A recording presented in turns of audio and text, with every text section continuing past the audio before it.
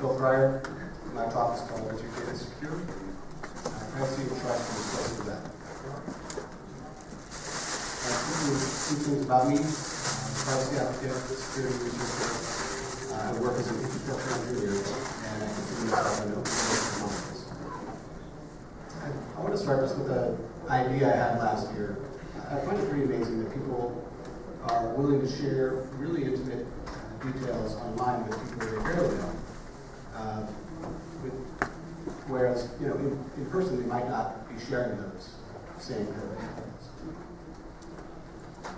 And you have to remember when people share data on social networks, this data becomes permanently shared. So what are the companies going to do to monopolize the data that they collect? Well, they're going to use it for better targeted ads, of course. So to you, your social profile is data. It's technically your data. But to the social media companies, it's something quite different. Your data is revenue, it's cash. Now, people say, well, that's pretty obvious. But it bears repeating in this term.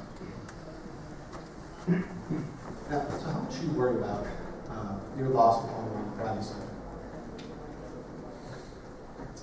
So, Data Boy talks about people want to share things online. They definitely want to do that, but they don't want to be exposed. So they need to be able to make informed decisions on what and how their data is being used. And on the flip side of this, the companies that actually collect and share this data need to be more transparent with how they're using it. Christopher Boyd also talks about how we now regularly trade pretty much all our personal information for free services online. So, firms that have this stuff are also tracking you through your web browsing activity, search behavior, and geolocations.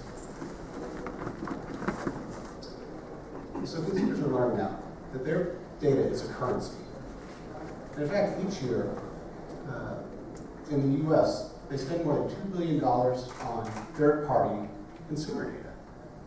And it's growing at such a fast clip, they're calling it the new oil. Okay, so you have something, maybe, you could make some money from it. Maybe your privacy could be bought. Well, Google has a program called Screenwise. Essentially, you install an extension, and it watches your browsing habits, records all those, and sends it back to Google. It's, of course, so they can improve their service. So what's in it for you? Well, up to $25 in gift cards per year is their way of saying thank you. So it's $25 per year. Meanwhile, Reputation.com had a study, and they estimate that people give up over $5,000 worth of personal information a year to Google just to use their Gmail search. So if you're not paying for the product, you want the product. So let's talk about Facebook. Facebook has over 800 million users, and more than 50% of them are active and logged in every day. The average user has 130 friends. Facebook's become truly global. 70 languages that are available. It's been translated by more than 300,000 users. And more than 75% of the users are outside of the US, which is really surprising to find out.